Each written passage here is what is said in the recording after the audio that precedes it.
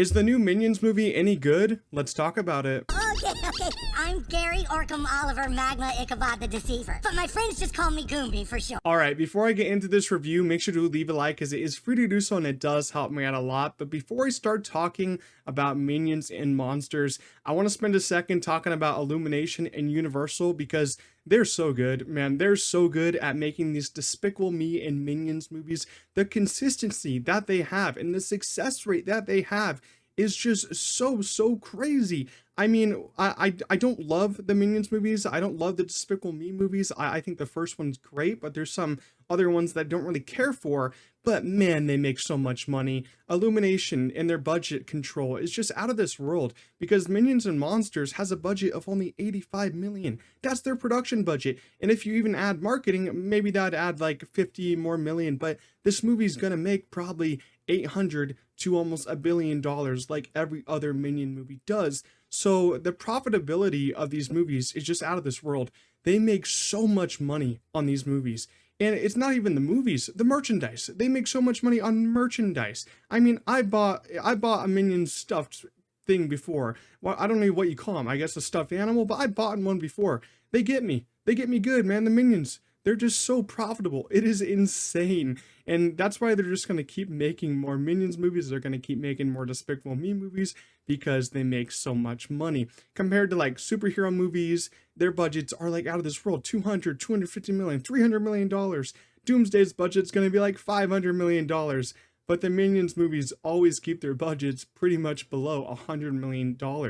And I don't even care how good these movies are. That's just impressive on its own. But now to talk about Minions and Monsters, I honestly think that this movie is a huge comeback compared to the last movie we got from Illumination, which was Despicable Me 4. I thought Despicable Me 4 was the worst in that franchise. I did not even care for it. I saw it once, haven't seen it again. I think the Despicable Me movies have gotten worse and worse and worse, with the first one, of course, being the best. If we're talking about Minion movies, I really enjoyed the first one. The second one, Rise of Gru, was okay, but I honestly think this third one is their best Minions movie yet. If you have any kids and you're looking for a movie to see this July, I think that this is your best bet because I wouldn't take them to see the live action Moana because what's the point? It's just a live action remake of a movie that we already know is better than what that live action version will be. So just put on Moana at home. But if you're looking to see a movie in theaters for your kids, this one is really interesting. It's really good. I mean, it will actually teach them some things about old school Hollywood, which I think is awesome. I mean, sometimes the Minion movies are overly stupid, overly childish, but I think that this one actually has something to say, and I think it does say some interesting things, and it will teach you interesting things. It even taught me some things. I mean, it did have some adult jokes in there. There's some references to Babylon. If you're an adult, you've seen Babylon. I love Babylon. I think that's such an amazing film. Underrated because a lot of people hate it, but I love the reference that it had in this movie. And I was obviously going to enjoy this movie because it referenced old Hollywood. It's about making movies. It's about kind of like the old filmmaking process. And it's also a monster movie. It's got monsters in it. It's got kind of like some superheroes in it. So it's got kind of everything for old school fans of movies and fans of newer movies. I don't want to be too hard on this movie's script because 80% of it is in Minionese and I don't understand Minionese, but I honestly do still find it funny how the Minions talk and their actions. I think they're some funny creatures and I'm surprised I haven't gotten tired of them.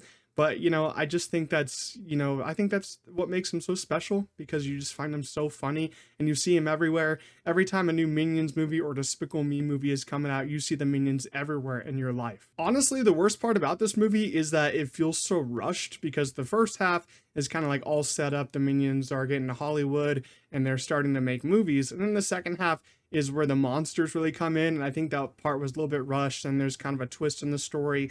I thought that just came out of nowhere. Wasn't really expecting it. And I think it just all came on too sudden. But, it's an hour and 29 minutes. So they made it for a kid's attention span. I really enjoyed the cast here. Christoph Waltz is great. Jeff Bridges plays dual roles. Jesse Eisenberg, I didn't know who he was playing, but I really enjoyed his character. I'm not going to give away who he plays, but it's kind of like a superhero, I'd say.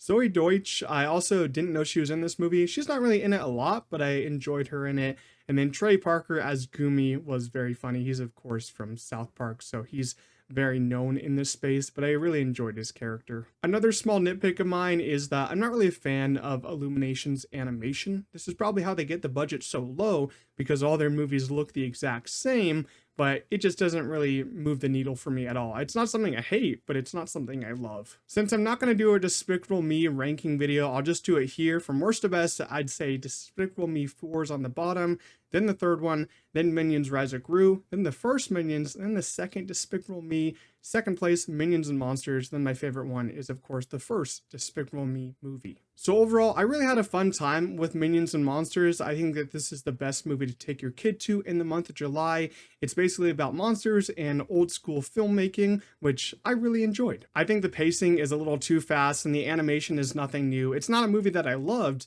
but I'd still say I had a fun time with this one. So I'm going to give Minions and Monsters a 7 out of 10.